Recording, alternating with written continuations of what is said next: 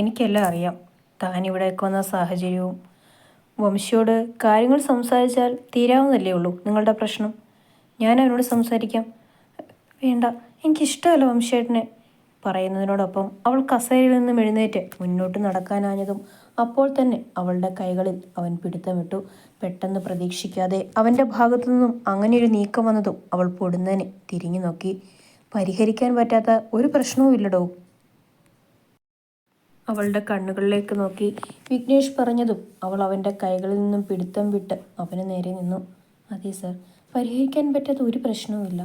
ഒരു താലിച്ചരടിൻ്റെ ബന്ധമേ ഞാനും വംശേട്ടനുള്ളൂ. ആ താലി എൻ്റെ ഏട്ടൻ തന്നെ അയാൾക്ക് പൊട്ടിച്ചെറിഞ്ഞു കൊടുത്തു. സാർ ഇപ്പോൾ പറഞ്ഞത് ശരിയാണ്. തെറ്റിദ്ധാരണയുടെ പേരിലാണ് എന്നോട് എല്ലാ ദ്രോഹവും വംശേട്ടൻ ചെയ്തത്. പക്ഷേ ആ ദ്രോഹങ്ങൾ ഉറക്കമില്ലാത്ത രാത്രികളാണ് എനിക്ക് സമ്മാനിക്കുന്നത്.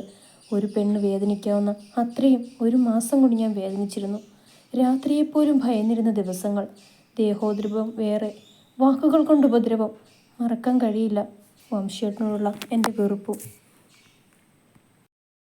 അത്രയും പറഞ്ഞുകൊണ്ട് വിഘ്നേഷിൻ്റെ മുന്നിൽ നിന്നും അവൾ പുറത്തേക്ക് ഇറങ്ങിപ്പോയി. ഡി പെണ്ണെ, നീ ഇത് എവിടെയായിരുന്നു? എവിടെയൊക്കെ ഞങ്ങൾ അന്വേഷിച്ചെന്നോ? ലൈബ്രറിയിൽ നിന്നും പുറത്തേക്ക് കല്യാണി എത്തിയതും അവൾ വന്നു പെട്ടത് അവളെയും അന്വേഷിച്ച് നടക്കുന്ന വരുണയുടെയും രമ്യയുടെയും മുന്നിലായിരുന്നു. അത് പിന്നെ ഞാൻ പെട്ടെന്ന് ബഹളം കേട്ടപ്പോൾ ക്ലാസ്സിൽ നിന്നും. അയ്യോ, ഇതെങ്ങനെ പറ്റി? അതേസമയമാണ് കല്യാണിയുടെ നെറ്റിലുള്ള മുറിവിലേക്ക് വരുണയുടെ ശ്രദ്ധ പോയത്. അത് അവർ കല്ലെറിയുമ്പോൾ. എന്നിട്ട് ആരാ മുറിവ് ക്ലീൻ ചെയ്തു തന്നത്? അവളുടെ മുറിവിൽ മെല്ലെ തൊട്ടുകൊണ്ട് വരുണ ചോദിച്ചതും കല്യാണി മറുപടി പറയാതെ നിന്നു. സ്റ്റാഫ് റൂമിൽ നിന്നാണ് മുറിവ് ക്ലീൻ ചെയ്തത്? വീണ്ടും ചോദ്യത്തോടെ വരുണ അവളെ നോക്കി. അവൾ അല്ലെന്ന മട്ടിൽ തലയാട്ടി. പിന്നെ ആരാ? നെറ്റി ചുളിച്ചുകൊണ്ട് വരുണ സംശയത്തോടെ കല്യാണിയെ നോക്കി. സാറ്, അവൾ പിടയാർന്ന കണ്ണുകളോടെ വിക്കി വിക്കി പറഞ്ഞു. ഏത് സാറ്? ചോദിക്കുമ്പോൾ വരുണയുടെ ശബ്ദത്തിൽ താളമുണ്ട്. എന്തെന്നാൽ തങ്ങളെ പഠിപ്പിക്കുന്ന ഒരേയൊരു സാറേ ഉള്ളൂ. അത് തൻ്റെ ഏട്ടൻ വിഘ്നേഷാണ്. കല്യാണി ആരെക്കുറിച്ചാണ് പറഞ്ഞതെന്ന് അവൾക്ക് പിടുത്തം കിട്ടിയില്ല. അതുകൊണ്ട് തന്നെ അവളുടെ ഉത്തരത്തിനായി വരുണ കാതോർത്തു. ഒപ്പം രമ്യയും. അത് പിന്നെ വിഘ്നേഷ് സാറ്. ഏട്ടനോ? ഒരിക്കലും പ്രതീക്ഷിക്കാത്ത ഉത്തരമായിരുന്നു കല്യാണി തന്നത്. എന്തെന്നാൽ ഏട്ടൻ അവളുടെ മുറിവ് ക്ലീൻ ചെയ്തു കൊടുത്തു എന്ന് പറഞ്ഞാൽ എന്തോ അതിശയം തോന്നി വരുണയ്ക്ക്. അത് ചോര വരുന്നത് കണ്ടപ്പോൾ. ആ, അത് മനസ്സിലായി. എവിടെ വെച്ചാ മുറിവ് ക്ലീൻ ചെയ്തു തന്നത്? വീണ്ടും ചോദ്യം ഉയർത്തി വരുണ. ലൈബ്രറിയിൽ വെച്ച്. വാ പോവാം. അമർത്തി മൂളിക്കൊണ്ട് വരുണ വല്ലാത്തൊരു നോട്ടം കല്യാണിയെ നോക്കി. ഡി, ഇനി ഇവിടെ നിൽക്കണ്ട, വാ പോവാം. അതേസമയം വീണ്ടും ബഹളം തുടങ്ങിയത് മനസ്സിലാക്കിയ രമ്യ രണ്ടുപേരോടും പറഞ്ഞു. പിന്നെ ഒട്ടും സമയം കളഞ്ഞില്ല. വരുണ കല്യാണിയുടെ കൈയും പിടിച്ച് വേഗം കോളേജിൽ നിന്നും പുറത്തേക്കിറങ്ങി. ഇതേ സമയം ലൈബ്രറിയിൽ നിന്നും വിഘ്നേഷ് കാണുന്നുണ്ടായിരുന്നു തൻ്റെ അനിയത്തിയുടെ കയ്യിൽ പിടിച്ച് വേഗം നടന്നു പോകുന്ന കല്യാണിയെ. അവളുടെ പിടച്ചിലൂടെയുള്ള കണ്ണുകളും ഉയർന്ന ഹൃദയമിടിപ്പും ഇപ്പോഴും അവന് കാണുകയും കേൾക്കുകയും ചെയ്യുന്നുണ്ട്.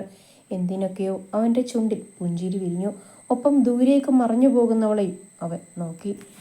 എന്താ മാഷേ ഒരിളക്കം? അതേസമയം തന്നെ കണ്ണൻ മാഷ് അവിടേക്ക് വന്നു. വിഘ്നേഷിൻ്റെ നോട്ടം ദൂരേക്കും മറഞ്ഞു പോകുന്ന കല്യാണിയിലേക്കുമാണെന്ന് മനസ്സിലായതും കണ്ണൻ മാഷ് തമാശയോടെ ചോദിച്ചു. എന്തിളക്കം? അതേ പുഞ്ചിരിയോടെ കല്യാണിയിൽ നിന്നും നോട്ടം മാറ്റി അവൻ കണ്ണൻ മാഷിനെ നോക്കി. അല്ല, ആ കുട്ടി പോകുന്നത് വരെ താൻ നോക്കുന്നുണ്ടല്ലോ. കണ്ണൻ മാഷിൻ്റെ ചുണ്ടിലും പുഞ്ചിരിയാണ്. ഹേയ്, അവൻ ഒന്നുമില്ലെന്ന മട്ടിൽ ലൈബ്രറിയുടെ അകത്തേക്ക് കടന്നു. എന്താ മാഷേ? കണ്ണൻ മാഷിൻ്റെ റൂട്ട് എങ്ങോട്ടാണെന്ന് വിഘ്നേഷിന് വ്യക്തമായി മനസ്സിലാവുന്നുണ്ട്. ഏയ്, ഒന്നുമില്ല. പിന്നെ താൻ ആ കുട്ടിയോട് കാര്യങ്ങളൊക്കെ പറഞ്ഞോ? വിഷയം മാറ്റി മാഷ് സീരിയസിലേക്ക് വന്നു. പറഞ്ഞു. കണ്ണൻ മാഷിനോട് പറയുന്നതിനോടൊപ്പം വിഘ്നേഷ് നേരത്തെ വായിച്ചുകൊണ്ടിരുന്ന പുസ്തകം കയ്യിലേക്കെടുത്ത് ചെയറിലേക്കിരുന്നു. എന്നിട്ട് ആ കുട്ടി എന്തു പറഞ്ഞു? അവൻ്റെ തൊട്ടരികിലായി കണ്ണൻ മാഷും ഇരുന്നു. ആദ്യം ചെറിയൊരു പേടിയുണ്ടായിരുന്നു എന്നെ നോക്കാൻ. പിന്നീട് കാര്യങ്ങളൊക്കെ ഞാൻ പറഞ്ഞപ്പോൾ അവളത് ഉൾക്കൊള്ളാൻ ശ്രമിച്ചു. ഒരു വേള ഞാനും വംശിയും നയനയുടെ പ്രണയത്തിൽ പെട്ടുപോയവരാണെന്ന് അവൾക്ക് മനസ്സിലായി. നീ ഇപ്പോൾ ആ കുട്ടിയുടെ കല്യാണം കഴിഞ്ഞ കാര്യം തനിക്കറിയാമെന്ന് പറഞ്ഞോ? വിഘ്നേഷ് അമർത്തിയൊന്ന് മൂളി. എന്നിട്ട് ആ കുട്ടി എന്തു പറഞ്ഞു? വംശിയോട് നടന്ന തെറ്റിദ്ധാരണകളൊക്കെ പറഞ്ഞാൽ വീണ്ടും ഒരു ജീവിതം തുടങ്ങാൻ കഴിയുമെന്ന് താൻ പറഞ്ഞില്ലേ? പറഞ്ഞു. പക്ഷേ ഇനി അവൾക്ക് അവനോടൊപ്പം ഒരു ജീവിതം വേണ്ടെന്ന് പറഞ്ഞു. അത്രമാത്രം 1 മാസം കൊണ്ട് അവൾ അനുഭവിച്ചു അത്രേ. അപ്പോൾ സ്കോപ്പുണ്ട്. നീ പറഞ്ഞതുപോലെ ഒരു താലിച്ചരടിൻ്റെ ബന്ധമല്ലേ അവർ തമ്മിലുള്ളൂ. അല്ലാതെ നിയമപരമായ വിവാഹമൊന്നും കഴിച്ചില്ലല്ലോ. ചോദ്യത്തോടെ കണ്ണൻ മാഷ് വിഘ്നേഷിനെ നോക്കി. മാഷ് എന്താ ഉദ്ദേശിക്കുന്നത്? കയ്യിലെ പുസ്തകം അടച്ചു വെച്ച് അവൻ ചോദ്യത്തോടെ കണ്ണൻ മാഷിനെ നോക്കി. തീർത്തും ദുരുദ്ദേശം. കണ്ണൻ മാഷിൻ്റെ ചുണ്ടിൽ പുഞ്ചിരിയായിരുന്നു. മാഷിൻ്റെ റൂട്ട് എങ്ങോട്ടാണെന്ന് എനിക്ക് മനസ്സിലാവുന്നുണ്ട്. ആ കുട്ടി അല്ലെങ്കിലേ പേടിച്ചാണ് ഇവിടെ കഴിയുന്നത്. അതിൻ്റെ കൂടെ അവൻ തലയും കുടഞ്ഞുകൊണ്ട് കസേരയിലേക്ക് ചാരിയിരുന്നു. ആ പേടി നിനക്ക് മാറ്റിക്കൊടുക്കാൻ കഴിയില്ലേ? എനിക്ക് തോന്നുന്നു നിങ്ങൾ രണ്ടുപേരും ഒരേ തൂവൽ പക്ഷികളാണെന്ന്. നീയും അവളും അനുഭവിച്ച സാഹചര്യം ഒന്ന് തന്നെ. വ്യക്തികളിൽ മാത്രം മാറ്റമുണ്ടായെന്ന് മാത്രം. ഞാൻ പറഞ്ഞെന്നേ ഉള്ളൂ. ആലോചിക്കാൻ സമയമുണ്ട്. മാഷൊന്ന് വ്യക്തമായി ആലോചിക്കും. പറയുന്നതിനോടൊപ്പം കണ്ണൻ മാഷ് ചെയറിൽ നിന്നും എഴുന്നേറ്റ് വിഘ്നേഷിൻ്റെ തോളിൽ 2 തട്ട് തട്ടിക്കൊണ്ട് പുഞ്ചിരിയോടെ അവനെ നോക്കി അവിടെ നിന്നും ഇറങ്ങിപ്പോയി. കണ്ണൻ മാഷ് പോയതും ആലോചനയോടെ വിഘ്നേഷ് ഇരുന്നു. ഒപ്പം അവൾ പറഞ്ഞ വാക്കുകളും അവൻ്റെ കാതിലൊടുക്കിലേക്ക് വന്നു. ഒരു താലിച്ചരടിൻ്റെ ബന്ധമേ ഞാനും വംശിയേട്ടനും ഉള്ളൂ. ആ താലി എൻ്റെ ഏട്ടൻ തന്നെ അയാൾക്ക് പൊട്ടിച്ചെറിഞ്ഞു കൊടുത്തു. സാറിപ്പോൾ പറഞ്ഞത് ശരിയാണ്. തെറ്റിദ്ധാരണയുടെ പേരിലാണ് എന്നോട് എല്ലാ ദ്രോഹവും വംശിയേട്ടൻ ചെയ്തത്. പക്ഷേ ആ ദ്രോഹങ്ങൾ ഉറക്കമില്ലാത്ത രാത്രികളാണ് എനിക്ക് സമ്മാനിച്ചത്. ഒരു പെണ്ണ് വേദനിക്കാവുന്ന അത്രയും 1 മാസം കൊണ്ട് ഞാൻ വേദനിച്ചിരുന്നു.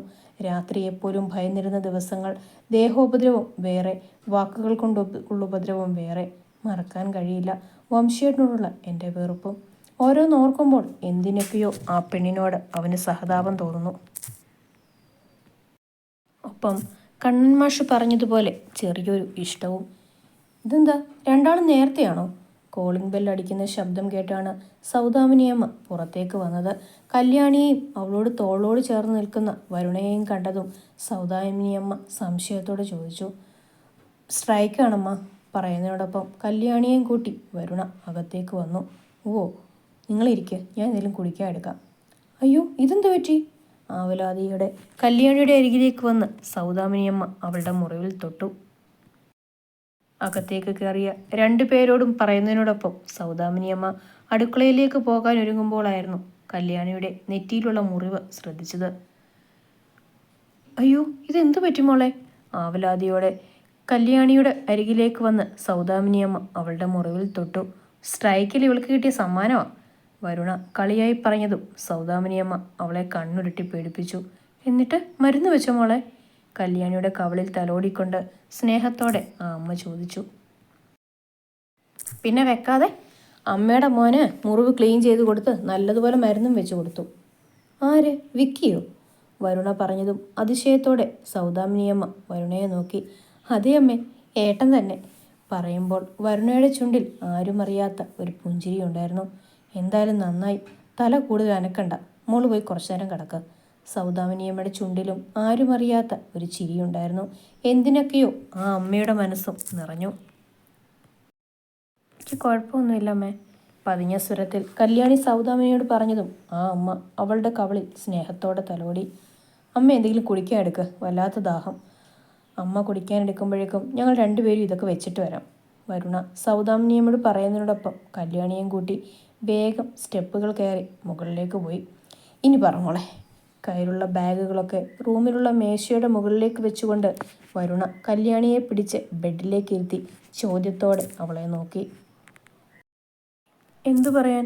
വരുണ എന്താണ് ഉദ്ദേശിച്ചതെന്ന് കല്യാണിക്ക് പിടികിട്ടിയില്ല. അല്ല, രാവിലെ പറയാൻ വന്നത് പകുതി കിട്ടിയില്ലേ, അതിൻ്റെ ബാക്കി?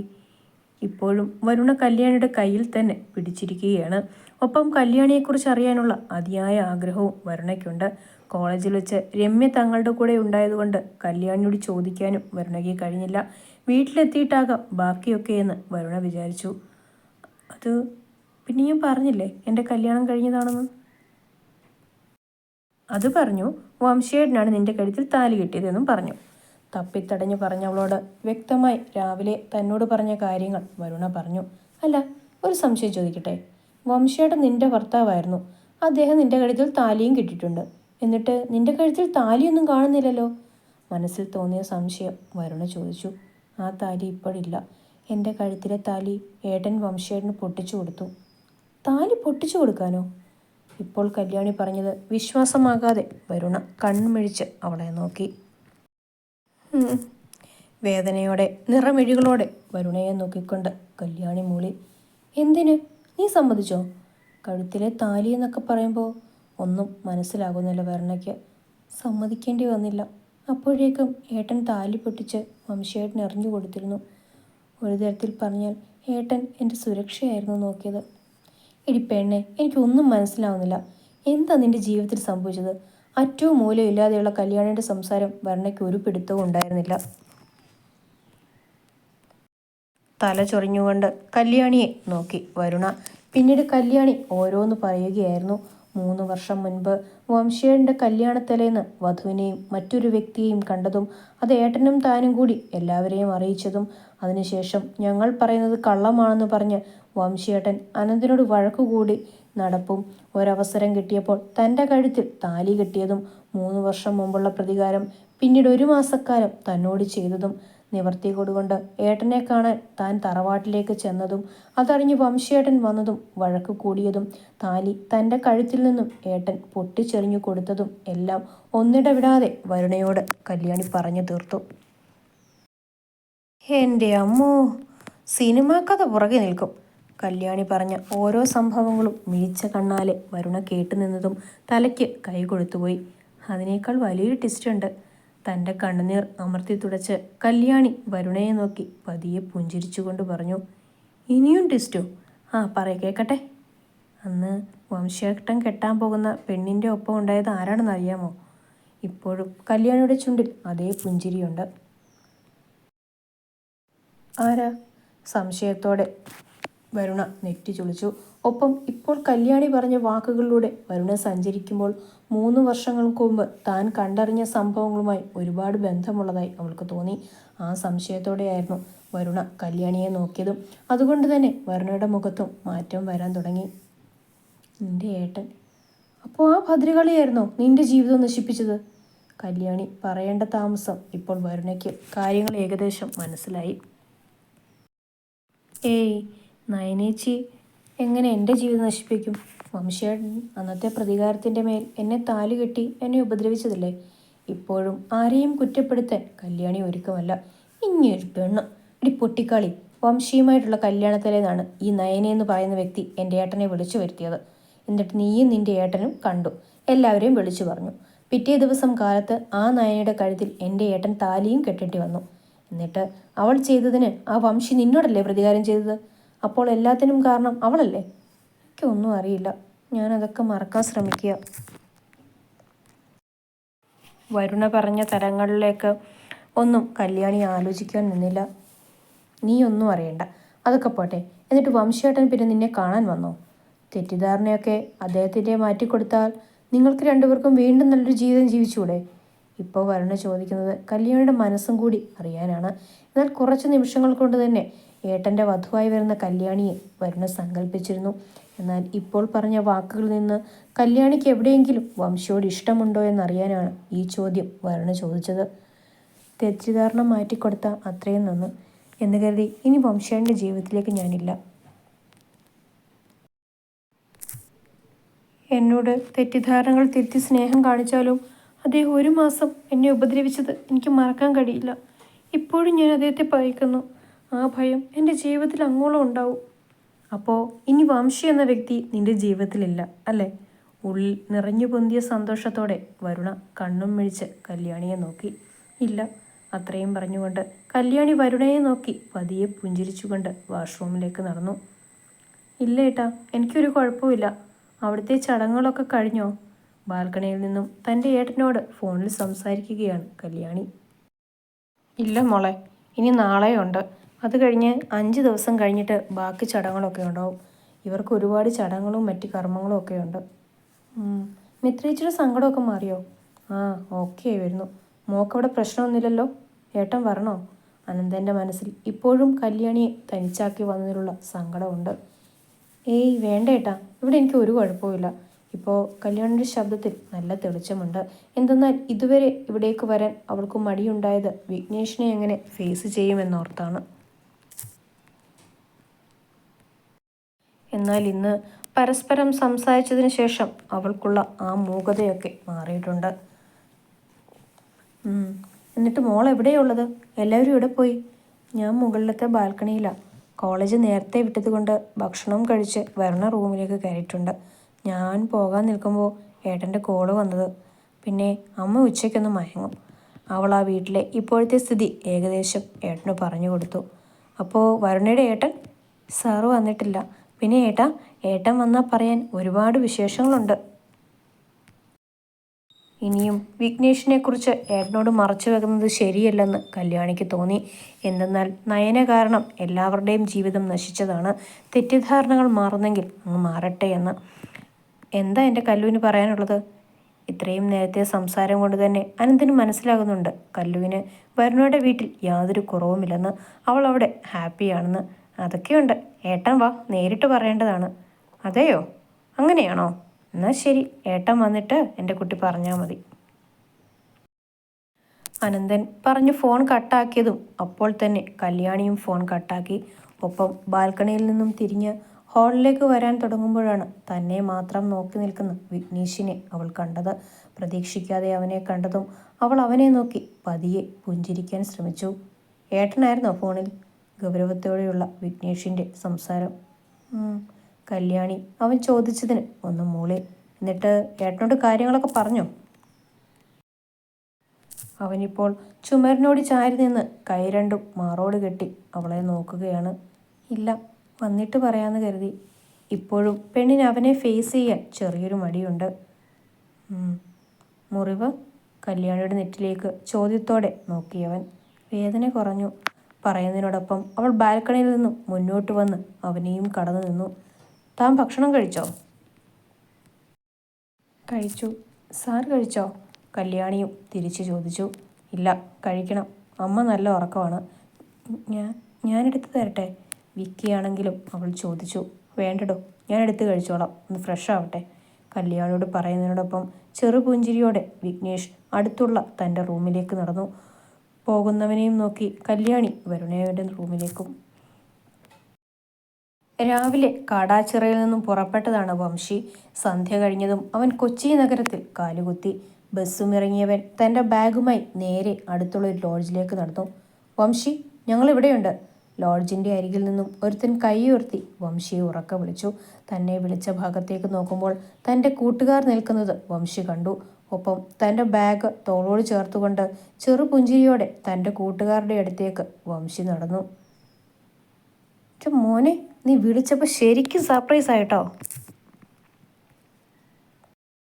എത്ര വർഷമായിടാ കാണാതെ? കൂട്ടുകാരിലൊരുവൻ അജിത്ത് വംശി തങ്ങളുടെ അടുത്തേക്ക് എത്തിയതും ആഞ്ഞു പുലർന്നുകൊണ്ട് അവൻ്റെ പുറത്ത് മെല്ലെ തട്ടി ചോദിച്ചു. ആകെ തിരക്കായിരുന്നു. ഇപ്പം ചെറിയൊരു ആവശ്യത്തിന് വേണ്ടിയാണ് ഇങ്ങോട്ടേക്ക് തിരിച്ചത്. വംശി അജിത്തിനെയും തൻ്റെ മറ്റൊരു കൂട്ടുകാരൻ വിപിനെയും നോക്കി പറഞ്ഞു. എന്തായാലും നീ ആളാകെ മാറി. വാ, നീ റൂമിൽ പോയി സംസാരിക്കാം. പറയുന്നതിനോടൊപ്പം വിപിൻ വംശിയെയും കൂട്ടി ലോഡ്ജിനകത്തേക്ക് കയറി. നിങ്ങൾ നേരത്തെ എത്തിയോ? റിസപ്ഷനിൽ പോകാതെ നേരെ സ്റ്റെപ്പുകൾ കയറുന്നവരോടെ വംശി ചോദിച്ചു. ഇല്ലടാ, ഇപ്പോൾ എത്തിയതേ ഉള്ളൂ. അജിത്ത് മറുപടി പറഞ്ഞുകൊണ്ട് മുന്നോട്ട് നടന്നു. അപ്പോൾ റൂം? സംശയത്തോടെ വംശി വിപിനെ നോക്കി. ഇടയ്ക്കൊക്കെ ഞങ്ങൾ രണ്ടുപേരും ഇവിടെ വന്ന് കൂടാറുണ്ട്. ഞങ്ങൾക്ക് ഇവിടെ ഒരു റൂമുണ്ട്. മന്ത്ലി പേ ചെയ്താൽ മതി. പുഞ്ചിരിയോടെ വിപിൻ പറഞ്ഞതും അതേ പുഞ്ചിരി വംശിയിലും ഉളവായി. അങ്ങേയറ്റത്തുള്ള റൂമിൻ്റെ ലോക്ക് അജിത്ത് തുറന്നു. അപ്പോഴേക്കും വംശിയും വിപിനും അവൻ്റെ അടുത്തേക്ക് എത്തി. വാ, കയറ, എല്ലാ സെറ്റപ്പ് റെഡിയാക്കിയിട്ടുണ്ട്. പുഞ്ചിരിയോടെ വിപിൻ വംശിയോട് പറഞ്ഞതും അവനും അതേ പുഞ്ചിരിയോടെ റൂമിനകത്തേക്ക് കയറി. വിശാലമായ മുറിയാണ്. 3-4 പേർക്ക് അഡ്ജസ്റ്റ് ചെയ്യാൻ പറ്റും. വലിയ കട്ടിൽ, ചെറിയൊരു ബാത്റൂം, അത്യാവശ്യം സൗകര്യങ്ങളൊക്കെയുണ്ട്. വംശി ആ റൂം ആകെ വീക്ഷിച്ചു. പറ മോനെ, എന്താ ഈ വരവിൻ്റെ ഉദ്ദേശം? കട്ടിലേക്ക് ഇരുന്നു കൊണ്ട് അജിത്ത് റൂം ആകെ വീക്ഷിക്കുന്നവനോടായി ചോദിച്ചു. അതൊക്കെയുണ്ട്, പറയാം. വംശി മറുപടി നൽകിക്കൊണ്ട് കട്ടിലേക്ക് വീണു. ഫ്രഷ് ആകണോടാ, യാത്ര ചെയ്ത് വന്നതല്ലേ? കുറച്ച് കഴിയട്ടെ, എന്നിട്ടാകാം. അജിത്ത് ചോദിച്ചതിന് മറുപടി നൽകിക്കൊണ്ട് വംശി പതിയെ കണ്ണുകൾ അടച്ചു. നാളെ ഞങ്ങൾ രണ്ടും ഫ്ലാറ്റിലേക്ക് പോകട്ടോ. രാത്രിയിൽ എല്ലാവരും ഭക്ഷണം കഴിക്കുകയാണ്. അതിനിടയിലാണ് വരുണ പറയുന്നത്. ഫ്ലാറ്റിലേക്കോ? എന്തിന്? അപ്പോൾ കോളേജിലേക്ക് പോകണ്ടേ? സംശയത്തോടെ സൗദാമിനിയമ്മ വരുണയെ നോക്കി, ഒപ്പം കല്യാണിയെയും. 2 ദിവസത്തേക്ക് ഞങ്ങൾക്ക് കോളേജില്ല, വരുണ പറഞ്ഞുകൊണ്ട് ഭക്ഷണം കഴിക്കാൻ തുടങ്ങി. 2 ദിവസത്തേക്ക് കോളേജില്ലെന്നുള്ളത് സത്യമാണോ വിക്കി? അതേസമയം തന്നെയാണ് കൈ കഴുകി വിഘ്നേഷ് ഭക്ഷണം കഴിക്കാനായി ഡൈനിങ് ഹാളിലേക്ക് വന്നത്. അവനെ കണ്ടതും സൗദാമിനിയമ്മ വരുണയെ കണ്ണുരുട്ടിയൊന്ന് നോക്കിക്കൊണ്ട് ചോദിച്ചു. എന്തെന്നാൽ വരുണയെ വിശ്വസിക്കാൻ കഴിയില്ല. കോളേജിൽ പോകാൻ അവൾക്ക് ഇത്ര മടി വേറെ ആർക്കും ഇല്ല. ഇല്ല, സ്ട്രൈക്കാണമ്മേ. അമ്മയ്ക്ക് മറുപടി നൽകുന്നതിനോടൊപ്പം അവൻ ഇറുകണ്ണാലെ വരുണയെ ഒന്ന് നോക്കി. അവൾ ഭക്ഷണത്തിൽ തന്നെ കണ്ണുകൾ നട്ടിരിപ്പാണ്. അവൻ വന്നിട്ടും അവനെ ഒന്ന് നോക്കുക പോലും ചെയ്തില്ല. പെണ്ണിന് ഇപ്പോഴും പിണക്കമാണ് ഏട്ടനോട്.